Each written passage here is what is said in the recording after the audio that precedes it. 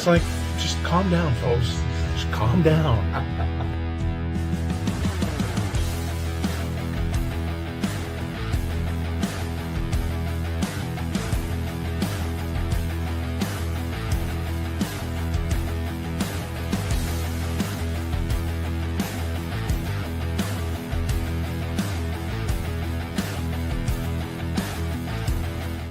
Hi, everybody. It's the Best Boys Center Ice podcast. I'm Barry Besse, and along with me in a second will be my son, Carson. Carson is the real expert. I've been watching hockey and have been a part of hockey for all my life, and he is by far the best hockey analyst I've ever seen or heard. And when we were playing that intro video, we did that intro video about last year or the year before. Yeah. Yeah. It was during the playoffs a couple of years ago. And it just reminds me that today is opening day of Major League Baseball. So the Diamondbacks. Happy opening day to those who celebrate. Happy opening day. I've gotten into a couple of fantasy baseball teams on Yahoo. So we'll see but anyways, baseball started, but it doesn't compare to what we got going on right now. And that's the last few games of the NHL regular season. This is what we do. Our podcast is the Best Boys Center Ice podcast. We've been doing it for about 3 seasons now. We look at our favorite teams. And again, I'm going over stuff that maybe you already know. Carson likes and cheers for the Pittsburgh Penguins, and I cheer for the Edmonton Oilers. So we give kind of a view of what we think how our teams did the week of and what looks ahead. And then we look at the NHL. And right now, where everybody is focused on is the run to the playoffs. And we'll get into that. We'll get into the Penguins. We'll get into the Oilers. But the one thing I do want to start out with, and we've been on the bugging this team forever, the New York Rangers are officially eliminated from the NHL playoffs for the second year in a row. Yeah, I'm 2 years in a row. They're 2 years out or 3 years out of being President's Trophy. I think 3 years, right? Yeah, 3 years out of being President's Trophy winners. And they are 2 years now not even going to make the playoffs. And it's them and Vancouver so far that have been eliminated from the playoffs. Yeah, I mean, disappointing that they got out that early. There's 10 plus games left in there. Yeah, they're done. I'm shocked. I'm very shocked. And the only two teams that have clinched, Dallas and Colorado. I'm kind of surprised in a little way that there's not more teams that are clinching right now. But it's so tight outside of Colorado and Dallas in the West, and the East is so tight. Yeah, it's going to go right. That's insane. The East is crazy. The East is going to be crazy. Yeah, but yeah, that's disappointing. For Ranger fans, I mean, that sucks. I mean, they were supposed to be a pretty decent team this year, and they just did not have a good year. I mean, time to hit the reset button, and they've got good goaltending. Yeah, they do. They got 2 good goalies, but I mean, they had a bad season. They just had from top to bottom just an awful season. I mean, it was not good. The JT Miller experiment, I don't think has worked. No. Zibanejad, I think I don't know if he's a free agent or not, but he's probably gone. They're in a tough spot. They're going to have to rebuild from the ground up. But we'll kind of take a look at the playoffs as well. Well, since we're talking the NHL, let's just start with the NHL let's do it. Since that's what we're 10. Well, I know as far as the Oilers are concerned, there's 10 games left, and I think everybody's pretty much around 10 games left. Yeah. In the regular season, and still, last week we looked at what the playoff matchups would be at that point. And right now, I'm going to take, for example, the weakest division, the Pacific. And there's no doubt the Pacific Division is the weakest. In fact, there was a stat that said the Pacific Division teams wouldn't even make the playoffs in the East. None of them, not even Anaheim. All of them. So, when you've got Anaheim, who's 5 points ahead of the Oilers are a point up on Vegas. And then you got, LA still looking. Seattle still could get in the Pacific, and then the wild card stuff is just even crazier. Utah, Nashville. There's so many teams that still have a legitimate chance of making the playoffs. I think they were talking about, Utah wants to, of course, stay away from either playing. They want to play the Pacific. in the wild card. They want to play a Pacific team. I think everybody's gunning to play a Pacific team in the first round. Yeah. The wild card teams. I know we've talked about this before, but is it going to be just the Central Division, Colorado, Dallas, all the way, one of the two, and then the Pacific Division I just kind of mean, falls back? the crazy the part about it is that those central teams are going to wipe each other out. Yeah. Just with the way the bracket is. So you're probably most likely going to have a central team playing the Pacific team in the conference. I don't know. I mean, again, regular season matters, but it doesn't matter. It just matters to get you in the playoffs. It Yeah. matters how you play in the playoffs. These teams in the Pacific that aren't playing that well could be turning it around when the playoffs start. You never know. I mean, there's so much to be decided, of course, right now because the Vegas has fallen off a lot. Uh, Luckily, they've got a bit of a buffer between them and LA, but that's kind of close. I mean, if LA wins their next game, they're 2 points back. So it's really not decided what's going to happen. But I mean, yeah, I think you're happy playing any team as far as you make it in. But I mean, if you can bypass having to play the Avalanche, I think you're probably happy. Yeah, and like the Oilers have Vegas twice in the next week. They play them Yeah. in Vegas tonight, and then next week at home. So they got Vegas a couple more times. They've got Anaheim coming up. They've got a lot of division games. I think I read that the Oilers have the seventh easiest Yeah. schedule in the Schedule. last 10 games. So, you know, it's all up for grabs. Like they haven't won a Pacific Division a division title when it used to be the old Smythe Division since 1987. I Yeah. think was the last time that they won, which is really kind of odd to me, especially these past few years. But does it really matter to win a division?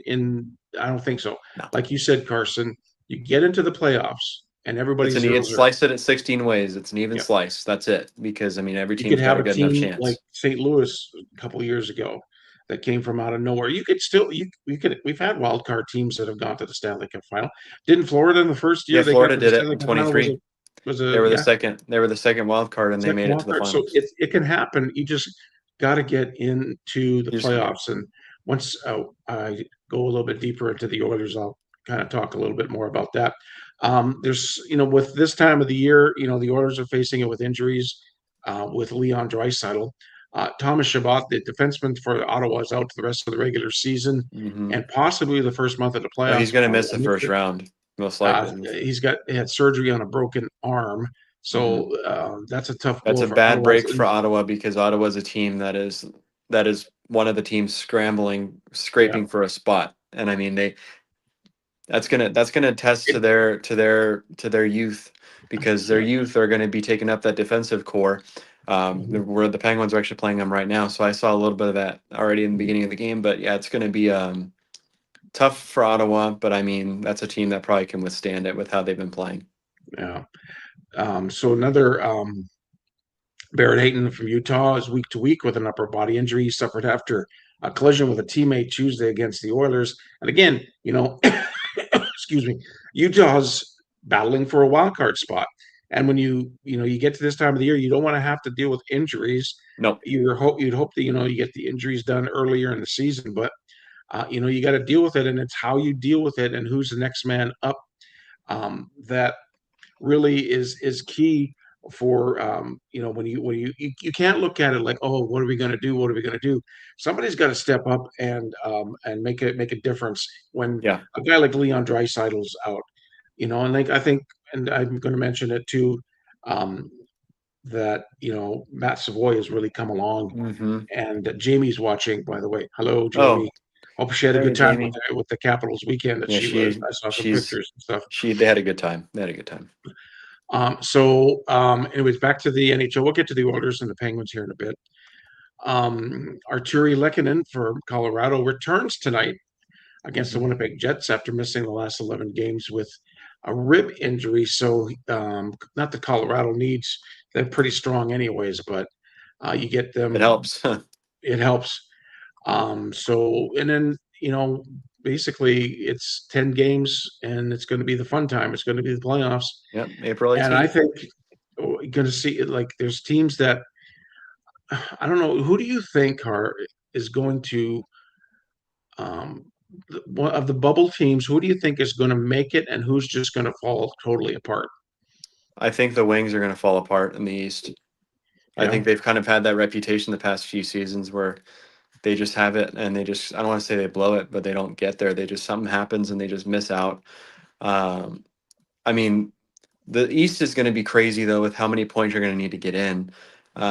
You know, I I think the Islanders are going to be a 50-50 for me right now. Hmm. Um, Regardless, I mean they've been playing really well, but they've got a tough schedule the rest of the way.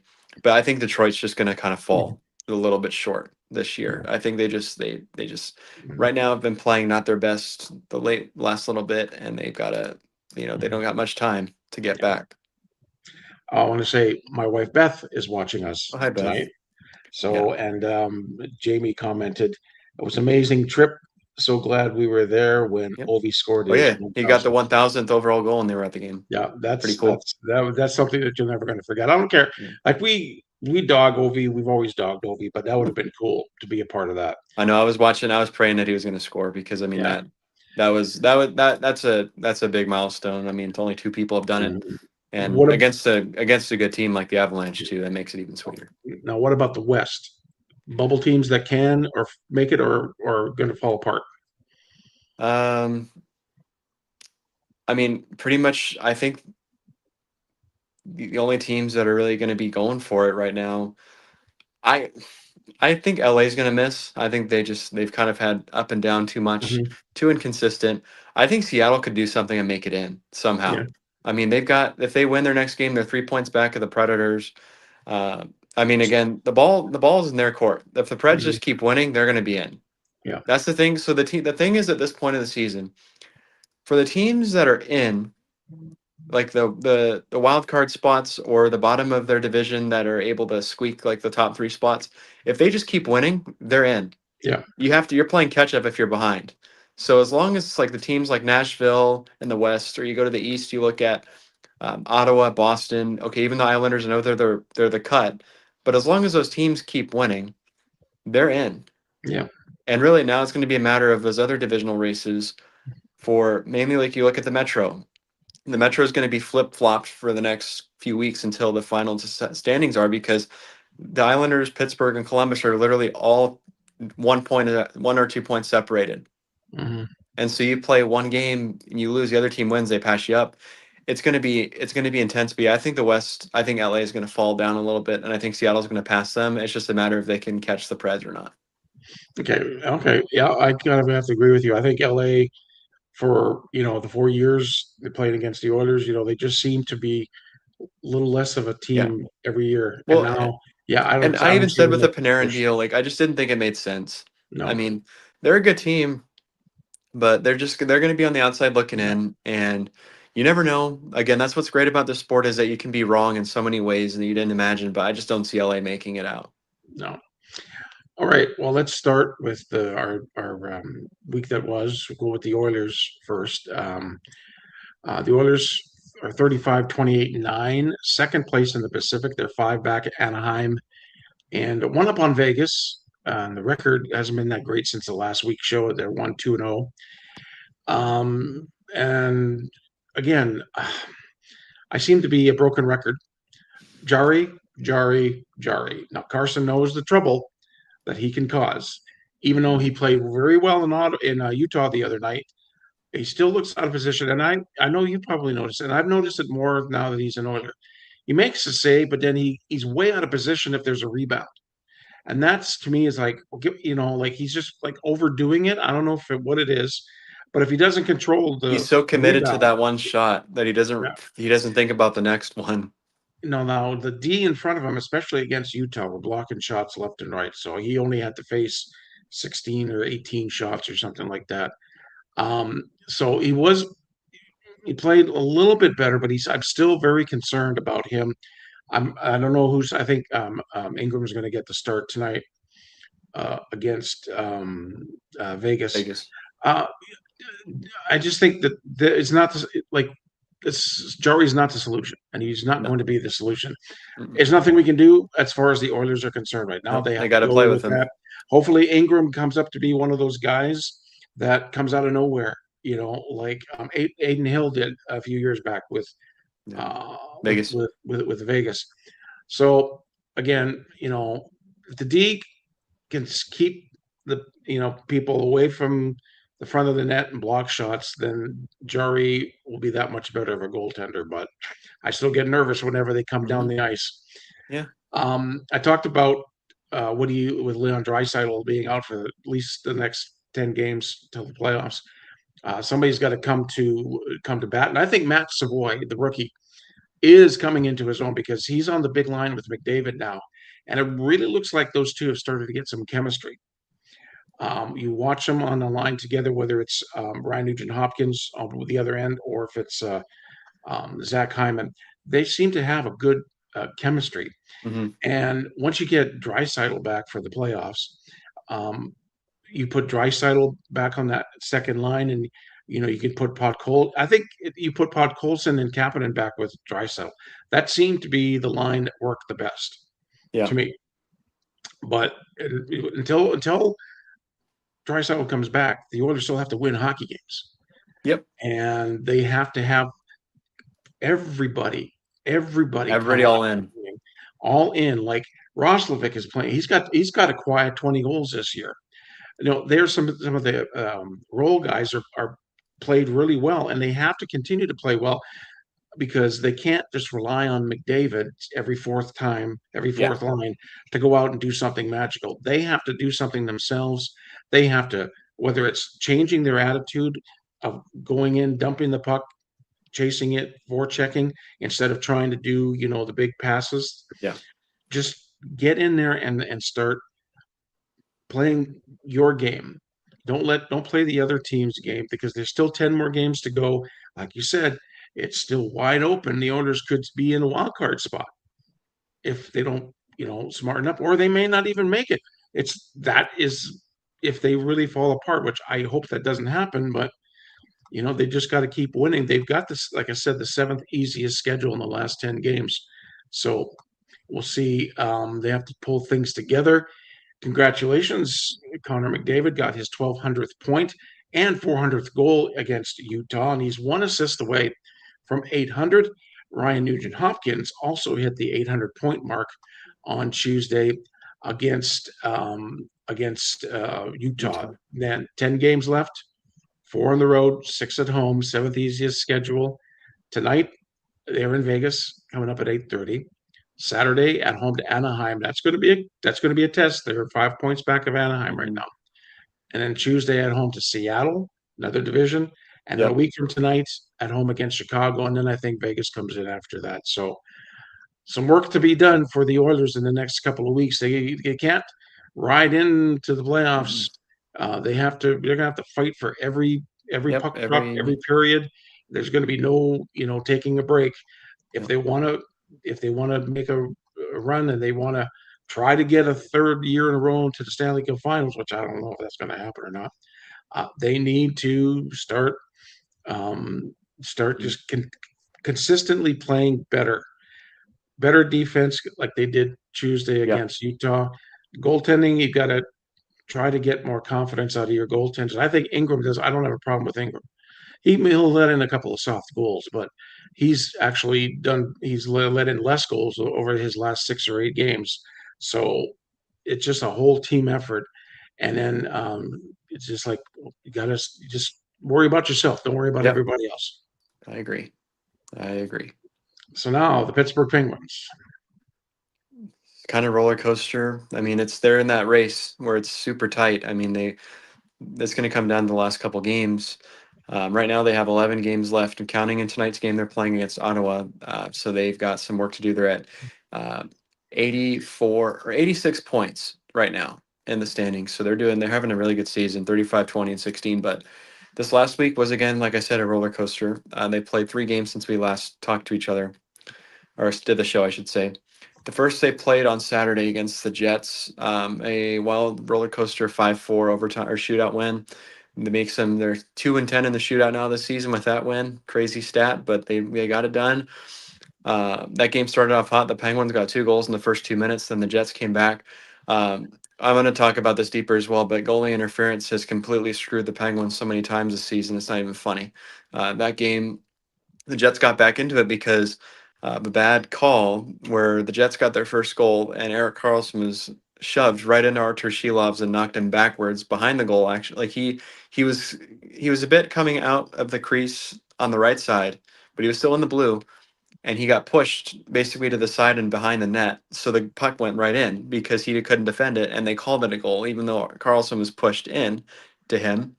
Didn't matter apparently in the NHL rulebook, and so the Penguins went one step further in the intermission. They actually printed out a sheet with that specific rule from the NHL about that goalie interference, that a goal should not count when a player is pushed into their own goalie by the other team, and they gave it to all the press box people because that's literally in the rules, and the league went about it. And when they explained that goal, the referee pretty much said that the Pittsburgh player went into his own goaltender, but they didn't explain why or how. He was pushed into his own goalie. Yeah. But regardless, the Penguins got it done. They went down 4-3 in the third, actually, and luckily tied the game and came back. That game, too, was crazy. Carlson, in a 3-game stretch, had 5 goals and 10 points. Wow. So he was really on fire. And then you head to their final, thank God, their final matchup with Carolina. I cannot stand playing the Carolina Hurricanes. They're a mad matchup for the Penguins. They have been for a long time, and that was 3 games in the matter of, I think, 10 or 12 days where they had to play each other. That's a lot of times, and it always happens every season where they have to play them so much. But the Penguins just got beat pretty bad. I mean, same kind of story previously. The Penguins didn't play good, but same thing. The referees were blowing everything down because Rod Brindamore was going crazy on the bench, and the Canes were flopping around whenever they were getting touched. It is what it is. They know how to do it, and they got it done. They won their game. They got 3 power play goals. They deserved it. And then they played another game against the Avalanche. So, like I said last week, the Penguins have pretty much got the schedule this month where they're playing the same teams over and over again, and they get beat 6-2 by the Avalanche on Tuesday. They played a pretty good game, honestly. I think they played well. Shelov's had a rough start. He let in 4 goals in the first period, but then the second period, the Penguins got a goal, and same thing like I mentioned a few minutes ago, goalie interference screwed them again. They I showed you that photo. Justin Brazeau's outside of the blue paint, and he gets pushed into him by Javon Taves. Squedwood falls down. Brazeau sweeps it in. Thought it was a goal. It should have been because he wasn't in the crease and he got pushed in, and it was somehow deemed goalie interference. So you got Dan Muse on the bench losing his mind because we don't understand how these calls are happening like that, where they're they're missing obvious goalie interference penalties, or not penalties, but missed calls. But then they're calling ones that shouldn't be. And Yeah. you got the video review, you can see it. You got eyes. You're watching it on the iPad. You're watching it on the TV. You can see that he's outside. But regardless, that changed momentum in the game. The Penguins were playing really well, pushing Avalanche in the second period, but they end up losing 6-2. Just a rough night. And then now they're in a battle right now with the Ottawa Senators that's tied at 1 after the first period. That's a big game right now because the Senators are the last wild card spot. The Penguins are in a metropolitan spot. But with the Islanders playing and the Jackets playing, the Penguins can be out of the spot if they lose in regulation tonight. It's all the more important that they get a point at least in this game. But right now they're tied at 1. Ottawa scored right away on a power play. Stu made some nice saves to keep him in it, and then the Penguins got a tying goal from Raquel. And then now for the rest of the week, the Penguins play on Saturday against Dallas. So that's going to be a big test. They got to be ready to go against the Stars team that I think lately has kind of been struggling with goaltending. So maybe they can take advantage of that. And then they head to Long Island on Monday, which is going to be a very big game to play the Islanders for the final time. And then they finish off a back-to-back where they play the Red Wings. So again, a lot of these games are playing against teams that are in that hunt for spot. So they're going to have to be ready to go. And then finally, to close out the week, even though it's going to be Thursday night when they're playing this game, they head to Florida and they're playing the Tampa Bay Lightning on Thursday. And then they come home, which this part of it's kind of weird. They play a home set of back-to-backs against the Panthers. They play the Panthers twice at home in a row, which is very rare. You don't see that. It's like the baseball schedule where you play the same team 3 times in a row. But regardless, big points up for grabs now. The Penguins just got to take it one game at a time. They got the little injury bug going right now because Malkin's out. He hurt his hand in the Carolina game blocking a shot. Lazat's out for a minimum of 4 weeks on IR, I think. Mantha missed last game. Finally, he's back tonight. So they just got to weather the storm and find a way to win. I think against teams like Ottawa tonight, the Penguins got to be just playing that grit and grind hockey, not stretch the ice out as much as they like to, and just get it done. Whether it's a 2-1 or 3-2 game, win that game. Yeah. However you got to do it, win it. But yeah, it's all the more important. It would be a real shame, honestly, if they don't make the playoffs this year because they've been in a spot the entire time. I think they've been one of the only teams really in this race that have been in a spot the entire season. So now they just got to keep playing the way they are, not let the last 2 games get to them. That's the first time all season they've lost 2 games in a row in regulation. They've got plenty of time to get it back. As long as they keep winning games, the destiny's in their hands, and they will have a spot. So I'm pretty happy, but obviously these games are all important. They're like game sevens at this point. They got to win. Yeah, pretty a much. lot. It's like you can't afford to lose at this time of Yeah. the year, especially when Yeah. you're fighting to get into the The playoffs. good thing is they have a lot of home games. They play at home a lot now, so they'll have their crowd behind them. That PPG arena has been sold out the last couple of games. They need to keep doing that because this is a team that's special and could make noise in the playoffs, but they still got to get there. Yeah. So it's just a matter of getting them there, however you can, supporting them, screaming, whatever they can do in the crowd and the Penguins on the ice. Kind of keep doing for the most part what they have been, which is putting the puck in the net and winning these hockey games. Yeah. It's as simple as that. You got to just win, and you win to get in. Yep. And to keep Win at all straight. costs. Win however you got to win. Do it. Yeah, like it's time for a gut check and see what Well, what your team is really made of. thank God they got the experience in that locker room, the guys that know how to. Yep. All right, so that's gonna wrap things up for our the Best Boys Center Ice podcast. You can get the replay on Facebook as well as our YouTube channel, Best Boys Center Ice podcast. We love for you to subscribe. You can follow us both on TikTok. We will talk about our teams and do post game afterwards. Yep. We're here every Thursday night live, and we like to thank again Jamie and Beth for joining us and watching us tonight. You can join us too. We'd love to hear your views. Maybe I know we have a couple of guys that are Rangers fans out there. What do you think about the Rangers? Maybe your team is on the bubble. Are they, or maybe they're like Dallas and Colorado. They're in, and you're just sitting there waiting. And so we would like to hear from you either live during the show or afterwards. But again, Carson, great stuff. Don is also was watching us as well. Thank you for everybody who joined us tonight. Carson, great stuff as usual. And your favorite time of the show is right now. Do you want we should just record it so you can have it on your phone. In the meantime, and in between time, everybody have a great hockey night.